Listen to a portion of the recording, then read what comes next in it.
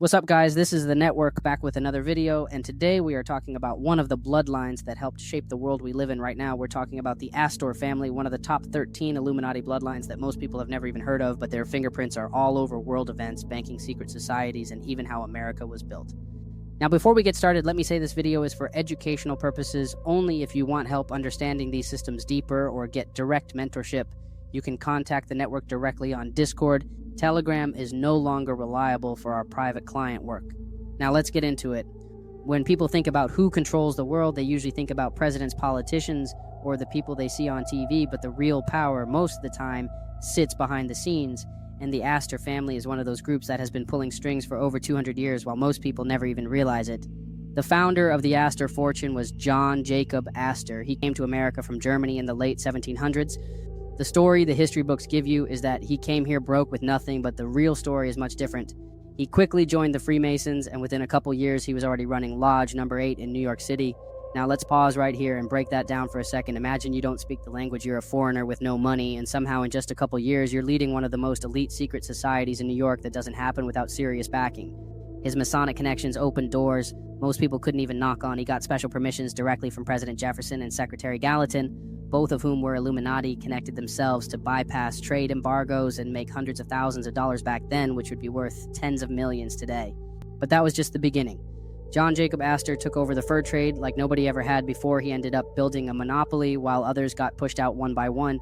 Keep in mind, the fur trade had been around for centuries, but somehow this one man took it over completely. The only way that happens is when higher powers allow it. That's how these bloodlines work. They don't compete with everyone else. They operate on a completely different level of access. And he even dabbled in the opium trade, but got out publicly just to keep the image clean behind the scenes.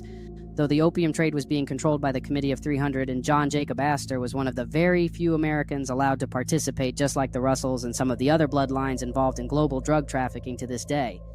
His real estate moves were just as calculated. He bought up massive amounts of land in New York City at the perfect times.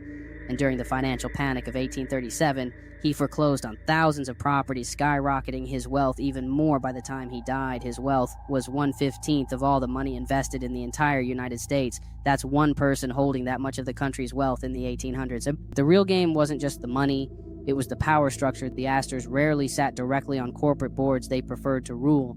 From the shadows, they funneled their wealth into foundations like the Vincent Astor Foundation and controlled countless institutions, libraries, charities, banks, and universities while never putting their personal names front and center. That's how you control a system without being the face of it. And the ties run deep. The Astors were heavily involved in the creation of the Pilgrim Society, the British equivalent of Skull and Bones, and other secret councils that sit above governments. They were also major funders of the Royal Institute of International Affairs, which is basically the British version of the Council on Foreign Relations here in the U.S. These are not random clubs. These are the groups that create the policies that politicians end up following. Their power crosses nations. After building their fortune in America, most of the Astor family relocated back to England, where they received noble titles from the British crown. Now let's be real here. How does an American real estate family get crowned nobility in England unless they were part of something much bigger from the start? But the deeper you look, the more it connects to ancient bloodlines and occult practices. The Astor name itself may have come from a start, one of the oldest pagan goddess names, going all the way back to Babylon, which connects directly to the mystery religions that run through all these bloodlines. They trace themselves back to Nimrod, Egyptian magic, Druidic traditions, and Celtic secret societies. And here's where it gets even crazier. John Jacob Astor wasn't just a business genius.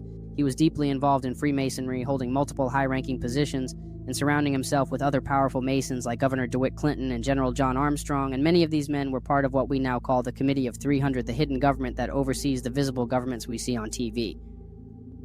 The Astor family didn't stop there. They also had heavy ties to British intelligence and were involved in manipulating events like the War of 1812. They used private courier systems to send information to the British ahead of American military plans, helping them seize northern forts before U.S. troops even knew what was happening.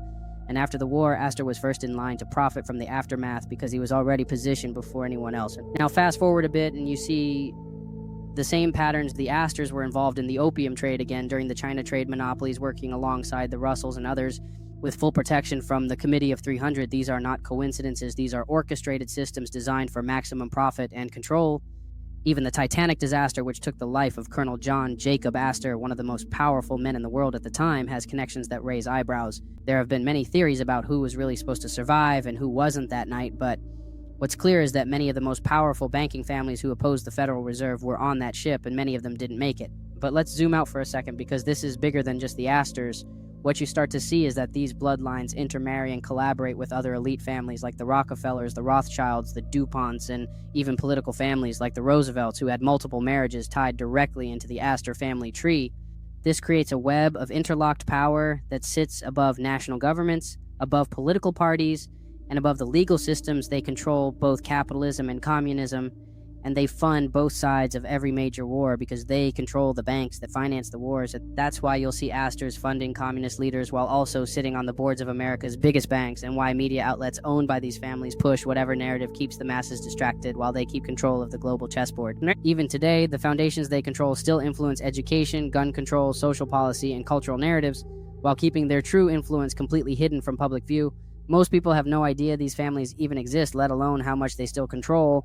So when you hear people say things like there's no such thing as a world elite, or that conspiracy theories are crazy, remember this: it's not theory, it's documented history. It's just not the version of history that gets taught in schools, because the same families control the education system too. That's why these deep dives are so important, because once you start seeing how the world really works, you can never unsee it. And once you understand the system, you can learn how to maneuver within it without falling for the traps they set for the average person. Again, guys, this video is for educational purposes only. If you want to learn how to navigate these systems, how to build your own leverage, and how to operate in the real world economy, you can reach out to the network directly on Discord. The mentorship is open for those who are ready to learn the real game. This is the network, and we'll be back with another deep dive very soon.